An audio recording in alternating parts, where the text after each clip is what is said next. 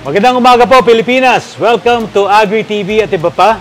Mad about koi to the max. My name is Mike Hernandez with Leslie Hernandez of Kois and Ponds, Las Piñas. So we thought of sharing with you yung isa sa pangatlong factors na paano natin pagagandahin yung koi. Ito po yung koi nutrition. So dalawang portions po ito, like what I said. Ang una po ay paano po pagpili ng proper koi food. And then yung pangalawa po ay paano po ang pag-apply o paggawa ng proper nutrition ng koi. But before that, let's talk about a brief history on bakit po ba natin ginawa itong proper diet na to. So when we started having our own shop, we also sell a lot of commercial koi food. But when in our many travels to Japan, we noticed that a lot of the breeders, they have their own formulation for their own koi food. That they use other koi foods as well, but for their special koi that they want to make beautiful or grow, they have their own formulation for it. So we thought of like, gayahin kaya natin yung mga breeders. Of course. Do our own formulation and then tsaka natin ipakain sa koi natin. Tommy Guy is our three children. Tom, Mickey, and Gaita. So we named it after it. Sounds Japanese, but it's actually a Japanese word meaning gaijin. A wealthy gaijin. So on with the topic today, Bless, we want to talk about how to choose the proper nutrition that you will give to the koi. When we say proper nutrition po, hindi lang po ito na bibili kayo ng Tommy Guy or ng KNP. No, kasi once in a while, we also give our fish some treats. Treats, yes. How do you choose the proper nutrition na iaano natin? So number one, ang importante po dito yung mga ingredients na nilalagay natin sa loob. Always look at the ingredients list. So the first ingredient, usually that's where the most number of content of the koi food would be. And then if you have the proper ingredients there, dapat po ito ay highly digestible. In other words, if you put in this amount of food, dapat ang magiging excreta niya ay kukunti lang. In other words, if you give them highly digestible food, yung absorption ay mas mataas na pumapasok. And the proper absorption should be dapat tama para sa nutrients ng koi. Kasi iba-iba po yung requirement ng koi.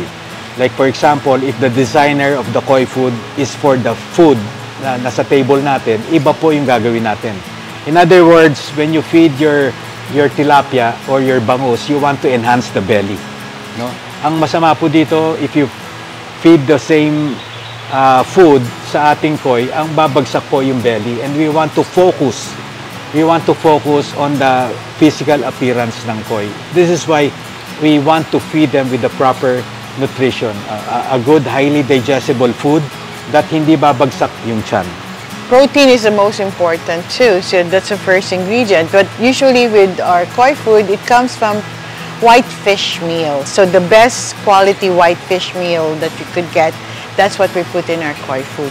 In Tommy Guy koi food, in KNP koi food, hindi po natin nilagyan ng ng corn. Kasi we feel na babagsak po yung tiyan ng koi kung ang carbohydrates po ay mataas. Masyado mataas. So this is all solid protein to strengthen the ozutsu of the fish. Yes, and one more thing, it has to be fresh as we could make it, because like it also affects the quality of the koi food, depends on the freshness. Also, that's why we infuse it with nitrogen. You're one of the, I think the only one that infuses koi food with nitrogen, that keeps it fresh for long. Like right after it's extruded, the fastest we could infuse nitrogen on it, the fresher it will be. Alright, so alam po natin yan na nagkaroon po tayo ng magandang produkto, nagkaroon tayo ng magandang fish food, no? Other than the treats that we're giving them, we also need to store them properly or keep them as fresh as the day it's made.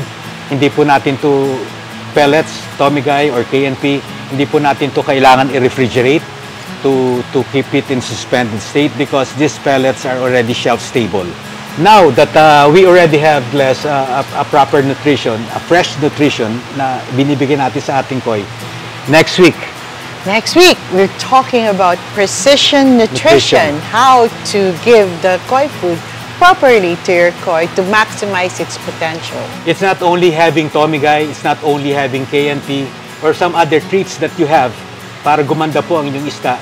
Paano po nito ibibigay? Kasi kahit nga maganda yung kumbaga sa tao, you have a good salad, you have steak, you have fish, you have... Pag iniba-iba po ninyo to, you don't eat steak and salad in the morning. And there's a proper time in a proper amount. And we call this precision nutrition, which we always advocate. Join us again next week as we will hihimayin po natin to, how to do precision nutrition. So thank you for joining us. My name is Mike Hernandez with Classie Hernandez of Kois and Ponds Farmless Piñas. Dito po lang yan sa AGRITV Atbp, Mad About Koi. Kita-kits. See you next week. Bye-bye, Glass. Bye!